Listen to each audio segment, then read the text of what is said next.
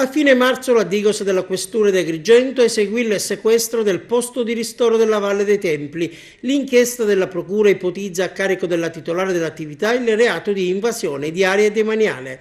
A distanza di 10 giorni il sequestro è stato annullato. Il Tribunale del Riesame ha revocato il provvedimento emesso dal GIP Alfonso Malato su richiesta del PM Salvatore Vella, che aveva posto i sigilli all'esercizio commerciale. I gestori dello storico locale di fronte al Tempio di Ercole, attraverso i loro legali di fiducia, gli avvocati Giancarlo Noto e Giovanni Sciangula, hanno sostenuto di aver pagato dal 1999 ad oggi i canoni allo Stato e di non aver invaso nulla, visto che in quell'area lavorano dalla fine degli anni 50. La tesi è stata recepita dai giudici che hanno dissequestrato l'attività, che riaprirà i battenti.